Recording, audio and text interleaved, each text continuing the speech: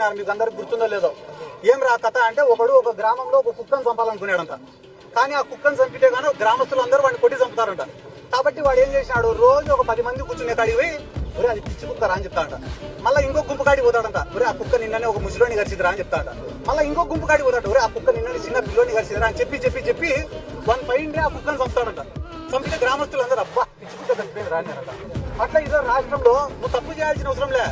రోజు ఒక 4 టీవీ ఛానళ్లలో వీడు ఆడదాం ఆంధ్రాలో 100 ఎత్తినాడు, వాడు 300 ఎత్తినాడు, వాడు 400 ఎత్తినాడు, వీడు మైనింగ్ లో ఎత్తినాడు, వాడు క్వార్ట్స్ లో ఎత్తినాడు, వాడు లిక్కర్ లో ఎత్తినాడు అని చెప్పి ఒక్క పథకం ఇవ్వకుండా డైలీ అన్ని ఛానళ్లలో జగన్ సార్ ఏం సార్ కరెంట్ ఛార్జీలు పెంచినారు కదా అంటే కేరెడ్డి భాస్కర్ రెడ్డి అరెస్ట్.